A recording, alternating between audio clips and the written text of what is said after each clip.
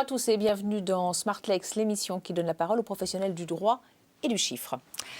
La relance sera verte ou elle ne sera pas. On compte en France environ 250 entreprises à mission et c'est un nouveau défi pour les experts comptables. On va en parler avec vous, Delphine Buisson. Bonjour. Bonjour. Vous dirigez et animez l'Alliance Eurus. C'est le deuxième groupe français d'entreprises indépendantes d'expertise comptable. Donc, dans ce contexte de relance économique, de transition écologique, la RSE, c'est un sujet dont les experts comptables s'emparent.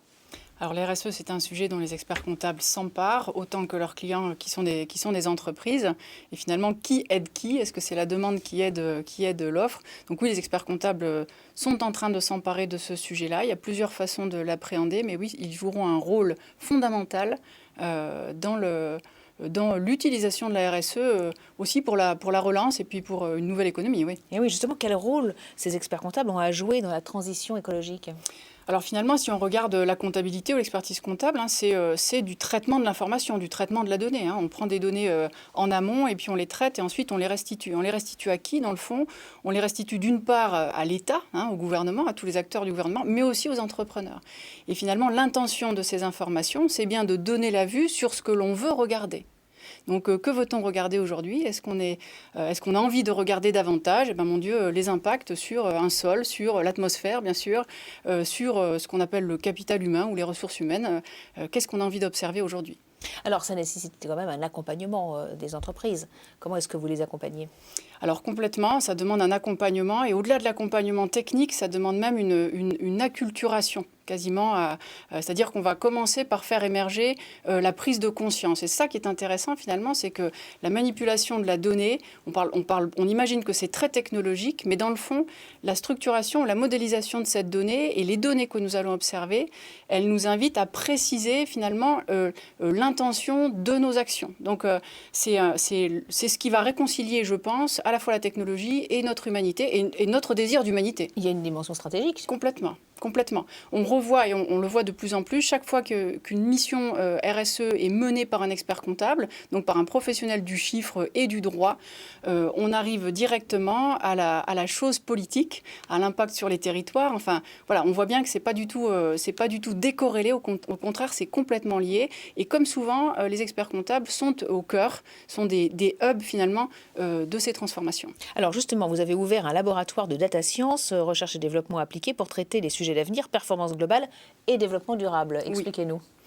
Ben justement, alors on voit bien que le métier change. On avait l'habitude de récupérer des documents. Aujourd'hui, on récupère des données.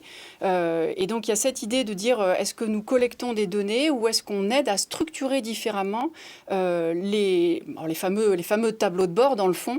Et finalement, cette espèce de plan comptable qui est réservé, qui est un langage réservé aux initiés, dans le fond, l'appréhender sous l'angle de la donnée et de la donnée à impact environnemental, sociétal, ça permet d'avoir une autre vision de l'entreprise dans sa structure et dans ses flux.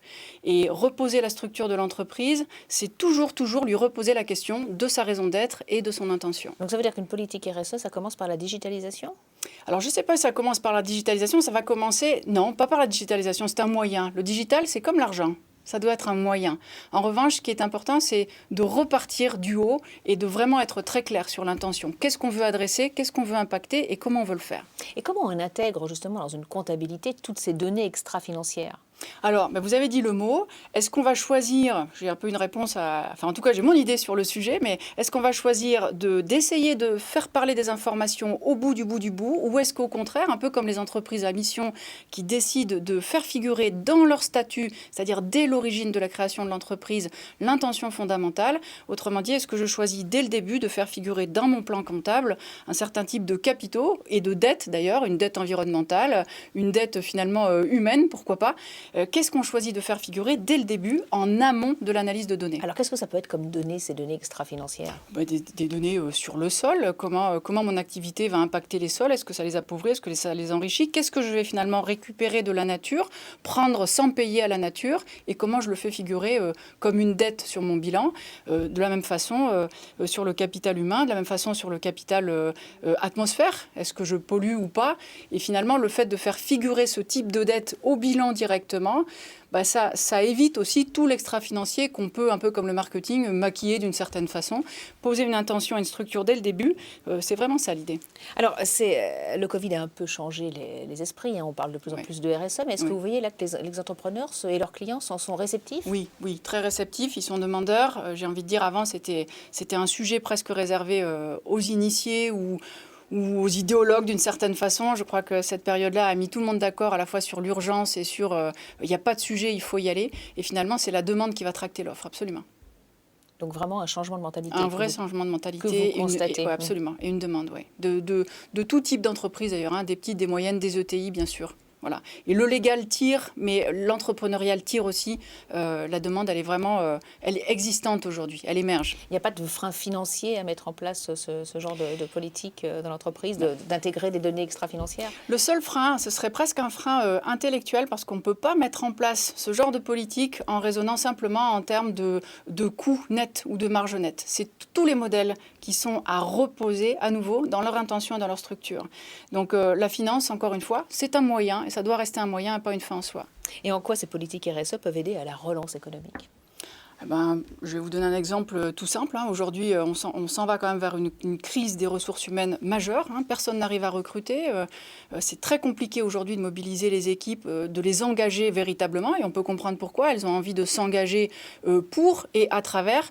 Le terreau de l'entreprise, c'est vraiment un jardin magnifique, justement, pour contribuer à changer, changer tout, changer le monde. Et finalement, rien que pour pouvoir être attractif et travailler avec des équipes qui donne envie, on a besoin d'aller sur des sujets comme ça, bien sûr.